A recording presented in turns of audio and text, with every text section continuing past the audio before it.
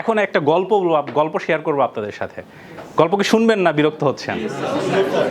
আচ্ছা, গল্পটা হচ্ছে যে আমরা প্রথম ফ্লুয়েন্সি ল্যাবের কোর্স শুরু করেছিলাম হচ্ছে, তো রাব্বি হাওলাদার ছিল, ওদের সাথে বেশ কয়েকজন গিয়েছিল, অনেকেই গিয়েছিল, তার মধ্যে কয়েকজন চলে এসেছিল আর অনেকেই সেখানে এনরোল করেছিল।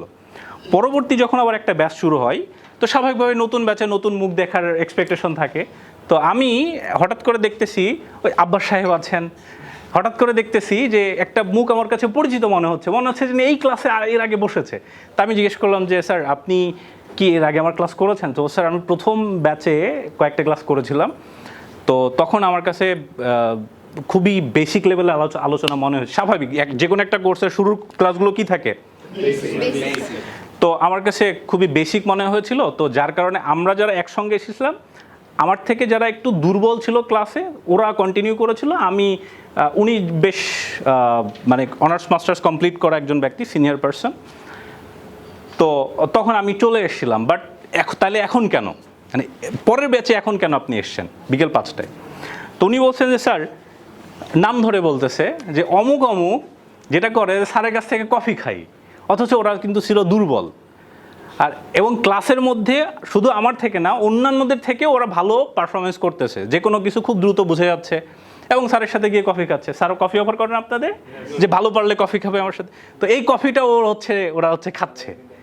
তো তখন আমি বুঝলাম যে আসলে আমার ঘাটতি আছে, কারণ ও তো আমার চোখে দেখা আমার থেকে দুর্বল ছিল, আমার চোখে দেখা যে ওরা আমাদের থেকে দুর্বল ছিল, অথচ ওরা এখন ক্লাসে ভালো পারফরমেন্স করতেছে। তো দ্যাট মিনস ওই কোর্সটা বা ওই লেসনগুলো, এই যে সূক্ষ্ম সূক্ষ্ম বিষয়ের লেসনগুলো তাদেরকে কি করেছে, উপকৃত করেছে, তাদের বেসিকটাকে স্ট্রং করেছে।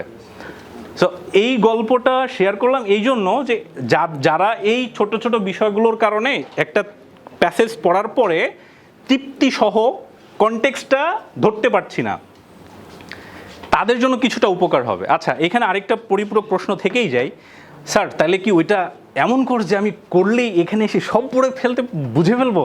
বিষয়টা কীরকম? বিষয়টা আবার এত অ্যাডভান্সও না। এটা কি করে আপনার ছোট ছোট যে দুর্বলতাগুলো আছে ওগুলো যখন ছুটাইয়ে দেয়, তখন অ্যাডভান্স জিনিসগুলো বুঝতে সবারই কষ্ট হয়, কিন্তু যাদের বেসিকটা স্ট্রং তাদের জন্য কি হয়, কষ্টটা একটু কম হয় এবং তারা মজা পায় পড়ে। মানে কষ্ট কিন্তু সবারই হয়, যার বেসিক স্ট্রং তারও বুঝতে কষ্ট হচ্ছে, আবার যার বেসিক স্ট্রং না ওরও কষ্ট হচ্ছে, কিন্তু ও কষ্ট হলেও পড়লে মজা পাচ্ছে, কারণ ও বুঝে যাচ্ছে। আর যার বেসিক স্ট্রং না, ওর তো কষ্ট হচ্ছে ওর চোখ দিয়ে পানিও পড়তেছে, কারণ ও তো বুঝতেছে না। একটু বুঝতে পারছি। সো যারা এরকম স্ট্রাগল করতেছেন, আমাদের নেক্সট উইকের স্যাটারডেতে সম্ভবত আমাদের নতুন ব্যাচ শুরু হচ্ছে। তো আমি আবারও বলছি, এটা সবার জন্য না, আবার বেসিক স্ট্রং করার জন্য শুধুমাত্র ফ্লুয়েন্সি ল্যাবেই আসতে হবে বিষয়টা এরকমও না, আপনি যে কোনো জায়গা থেকে করতে পারেন। যেহেতু আমাদের এখানে সুযোগ আছে, আপনি চাইলে ওই সুযোগটা কাজে লাগাইতে পারেন। আবার সবার জন্যও না, আবার এটা জাদুকর কোনো কোর্সও না যে আপনি যাবেন আর আমি বলবো খা পাগলা আর আপনি গিয়ে একদম কথা বলতে শুরু করে, এরকমও না। ওদেরকে প্রচুর পরিশ্রম করতে হয়েছে। নাইম তো একদিন কান্নাকাটি করে, এই যে নাইম, ওরা কান্নাকাটি করে মানে একদিনকে সারাদিন আটকে রেখেছি, বেচারারা না খেয়ে এগুলোর চেহারা একদম মানে মনে হচ্ছে যে যাচ্ছে আর আমার গালি দিচ্ছে, ফোন বন্ধ, গ্রুপ থেকে লিভ নিয়েছে। তো এই পরিশ্রমটার ফলে ওরাও, এই যে রাব্বি, এরপরে হচ্ছে আমাদের আব্বাস, তো ওই যে শাহাবুদ্দিন, ওনারাও এই কষ্টটা করেছে। তো আজকে যেটুকু পারফরমেন্স ওনারা করতেছে, ওনারাই বলবে যে ওনাদের আসলে এটা আসলে বোঝার কথা ছিল না যে ওই বেসিকটা যদি ক্লিয়ার না হতো। সো ওই বেসিকটা আপনি ফ্লুয়েন্সি ল্যাব থেকেও ক্লিয়ার করতে পারেন, অন্য জায়গা থেকেও ক্লিয়ার করতে পারেন, বাট দ্য থিং ইজ আমাদের এখানে সুযোগ আছে, আপনি চাইলে সেটা কাজে লাগিয়ে দেবেন।